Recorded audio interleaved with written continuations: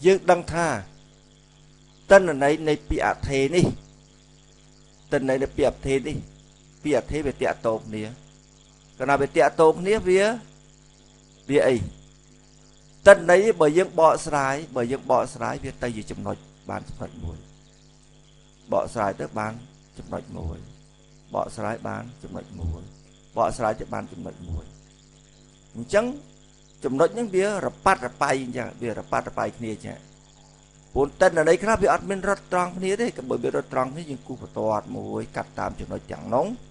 hai việc ai chia co việc ai chia co bán ban tay tân là này ní bên đấy phía trước bị admin rất tròn kia chẳng thua dân bạ chia co bất minh chẳng đi cả đó còn dân ai cụ phải toát mùi dân cụ phải toát mùi thường mấy lây ai phải toát là cái bài chấm nói chẳng năng và toát đang ấy làm bay ngày cái kịp pra với làm bay chia co tụi mẹ tụi đông được việc x cái đấy nhẹ dạ tôi chia co với bạn chứ phải toát đi học phải toát mày về phải toát mày về chẳng phải toát đi tôi bây giờ dưới mà ai xong phải toát đi cắt tam chấm nói hỏi bạn đang on cái đó bé lấy dân nè ở viện là cái bài phải toát đi chẳng như chấm ngày này kia thứ mấy ở chấm ngày này kia thứ mấy kia thứ mấy chấm ngày này kia có mọi người về chụp hỏi tại chấm ngày nữa việc tích bấm phật chẳng bạn này là sọc rất đấy và toàn những ai cho chị cả bạn ai chia có tân là này năng bạn này chẳng và toàn đấy hà và toàn mà dễ để dừng rốt bán camera một lúc lấy dương mưa tân là này nè cái này lấy gì mình tân này x gì đấy x mà nó muối vì buồn nó tiệt tôm này chứ tiệt tôm này chứ tân là này nó bịa thế thì tiệt tôm này chứ chẳng cái này mình tân này chẳng dương trong rô đầm nang với cứ bật toát cái này dễ bị toát cứ rô mấy cá đầm mấy rô mấy cá nhưng đắng dương hồi mấy cá nên bật toát cắt tám vì chấm nói thì bao nhiêu tiếng đông tân này ban mà chấm nói đông tân ấy ban chấm nói về nó dương rô tám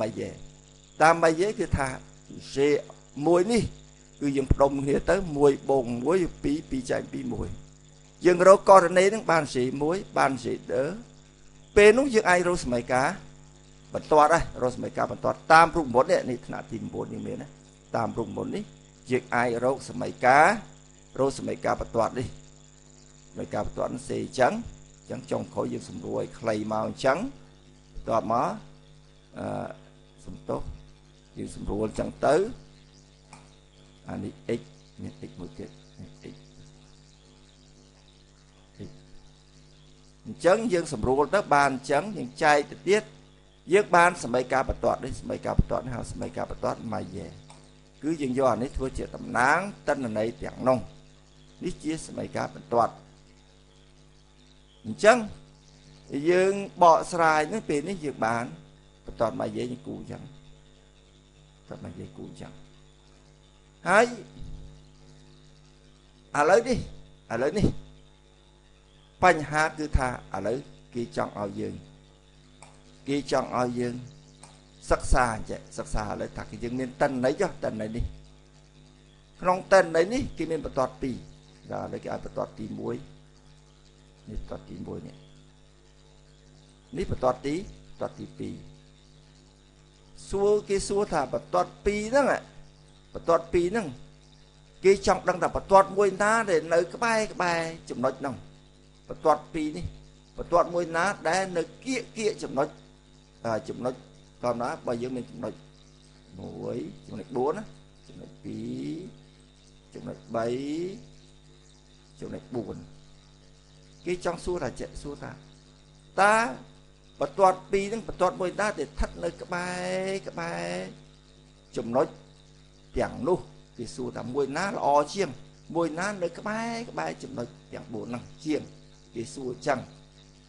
đầm bay trong ban chẳng chọc đầm bay lao chẳng cái trâu thơ mạnh cái thà che đầm bay chọc đang lại bật toát ná đen nơi kia chụp nói tiếng 4 năng cái thà cái thua che cái thua chẳng mấy cái thà lấy cái miền x thầm lại cái miền tần này x y chẳng ái x mà năng muối y mà năng muối x ស្មើនឹង1 y ស្មើនឹង2ខ្ញុំសរសេរអញ្ចឹងតន័យអញ្ចឹងហើយអញ្ចឹងខ្ញុំថាយ៉ាងម៉េចបើសិនជាខ្ញុំឲ្យ x ស្មើនឹង1ខ្ញុំយកនេះយកសមីការជាបានការចុះយកអាហ្នឹងសមីការហ្នឹងគេថាអាហ្នឹងវាគីអីយកដើម្បីព្យាករបើឲ្យ x ស្មើនឹង1 1ជាមួយចូលទៅ 1.25 បូកទៅគឺ 1.5 បើក x ស្មើនឹង1អញ្ចឹងខ្ញុំឃើញតម្លៃ y ហ្នឹងមាន2ហើយ y តម្លៃ y នេះគឺ x ស្មើនឹង1 y ស្មើនឹង1គឺតិន័យវាពិតប្រាកដតែបើយើងយកអានេះជាបន្ទាត់មកយេនេះយកបន្ទាត់នេះដើម្បីធ្វើតំណាងជាឲ្យ x ស្មើនឹង1ជំនួសទៅខ្ញុំអាចគីអានេះ y ស្មើនឹង 1.5 គេហៅ y 0 អញ្ចឹងខ្ញុំឃើញតម្លៃ2ហ្នឹងវាខុសគ្នាត្រង់ថាណែ d នេះស្អីអានេះខ្ញុំថាយក y ខ្ញុំថាចាត់ទុកជា y តិន័យ y អានេះ y 0ចម្ងាយនេះចង់ដឹងនេះជាបន្ទាត់ដែលយើងថាយកធ្វើតំណាងនេះជាចម្ងាយយក y ខ្ញុំយក y អីខ្ញុំយក y 0ដក y ចម្ងាយនេះកាលណាដកខ្ញុំអត់គិតតាមធំទូចទេខ្ញុំយកតម្លៃគេហៅតម្លៃដែលខាតដកទៅឃើញនេះដកទៅឃើញd នេះខ្ញុំដកទៅគឺប្រហែល d នេះខ្ញុំដកទៅវាឃើញ d នេះកាលណាខ្ញុំដកយកនេះដកនេះទៅឃើញ 0.25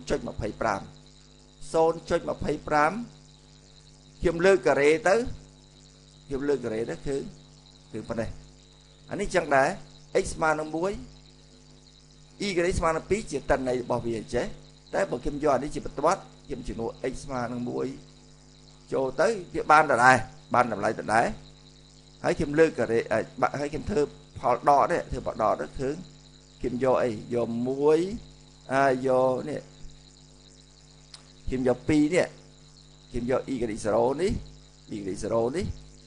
ដក2ទៅគឺ 0.5 លើការ៉េគឺប៉ុណ្ណឹងឥឡូវខ្ញុំមក x ស្មើនឹង2 y 2ដដែលតាមតិន័យនេះតែបើខ្ញុំចំនួនចូលទៅសម័យកាលនេះ2ចំនួនចូលទៅវាឡើងគុណនឹងបានគុណនឹង2 y 0នឹង 2.75 ខ្ញុំចំនួនចូលទៅដល់ខ្ញុំធ្វើផលដកយក 2.75 ដកនឹង2គឺ 0.5 លើការ៉េទៅគឺប៉ុណ្ណេះអញ្ចឹងខ្ញុំឃើញចម្ងាយនេះចម្ងាយវាខ្ញុំលើកការ៉េមកចម្ងាយនេះដល់ខ្ញុំធ្វើផលបូកទៅគឺប៉ុណ្ណឹងគឺចម្ងាយប៉ុណ្ណេះចម្ងាយនេះ1.ផលបូកទៅចម្ងាយដែលវាលៀងនេះបន្ទាត់នេះពិតមិនកាត់ចំណុចតែវាមានវាចម្ងាយនេះចម្ងាយដែលយើងបូកយើងមានចំណុចមួយវាបានកាត់ចម្ងាយនេះឥឡូវបានចំណុចមួយយើងបានចម្ងាយនេះយើងបូកតគ្នាទៅខ្ញុំឃើញ 1.625 អញ្ចឹងគឺ 1.625 នេះជាចម្ងាយដែលយើងបូកទៅគឺប៉ុណ្ណឹងឥឡូវយើងថាបើយើងយកបន្ទាត់នេះវិញយើងសង្ស័យបន្ទាត់បន្ទាត់មួយណាល្អជាងបើយកបន្ទាត់នេះតិន័យវានៅដដែលទេគ្រាន់តែយើងចំនួន x ស្មើនឹង1ចូលទៅផ្លុកគឺ 1.5 បូកទៅគឺប៉ុណ្ណឹងហើយយើងធ្វើផលដកយើងឃើញផលដកយក y 0ដកទៅបានជា d យើងលើកការ៉េទៅគឺប៉ុណ្ណឹងអញ្ចឹងយើងធ្វើទៅយើងឃើញផលបូកទៅចម្ងាយនេះគឺ 1.25 សួរថាបន្ទាត់ណាសុក្រិតជាងបន្ទាត់ណាល្អជាងបន្ទាត់ដែលល្អជាងលុះត្រាតែយើងបូកចម្ងាយទាំងអស់ហ្នឹងទៅបូកចម្ងាយទាំងអស់ទៅចម្ងាយហ្នឹងខ្លី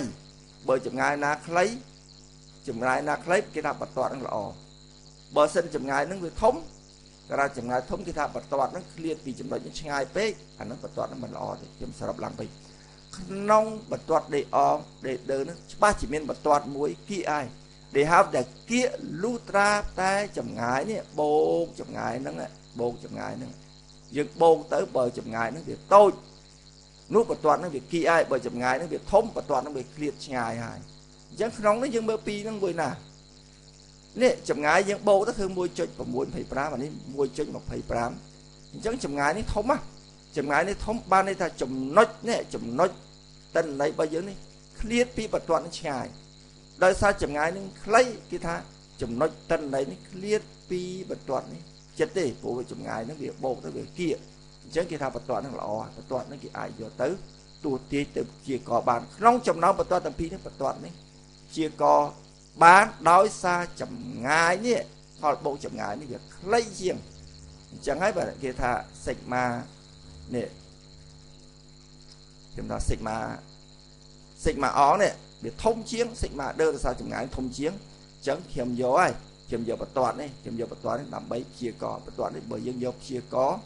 ទៅវាល្អជាងបតននេះយើងរកតាមអីបតននេះយើងរកតាមម៉ាយេគឺជាដំបូងយើងរកតាមម៉ាយេគឺបតននេះយើងចង់យកទៅព្យាករប៉ុន្តែដោយសារបើយើងគឺបតននេះល្អជាងម៉ាយេដោយសារថាផលបូកចម្ងាយនេះវាខ្លីជាងបតនម៉ាយេអញ្ចឹងតទៅដើម្បីរកបន្ទាត់ដែលយកជាការបានដែលអាចព្យាករតិននៃរបានលុត្រាតែផលបូកចម្ងាយហ្នឹងខ្លីបើកាលផលបូកចម្ងាយហ្នឹងខ្លីគេថាបតនសុក្រិតណាល្អជាងអញ្ចឹងគេអាចសន្និដ្ឋានថាគេបើកាលណាចម្ងាយនេះខ្លីគេត្រូវយកបតននេះដើម្បីព្យាករតិនន័យនេះបានដោយសារថាវាអីផលបូកចម្ងាយខ្លីជាងគេអញ្ចឹងតរមុខទៀតគេដើម្បីគេអរនីដើម្បីចង់យកបតនមកធ្វើតំណាងតិនន័យគេទៅគិតសម័យកាលបតនណាដែលផលបូកចម្ងាយនេះខ្លីជាងគេយកនឹងដើម្បីព្យាករហើយ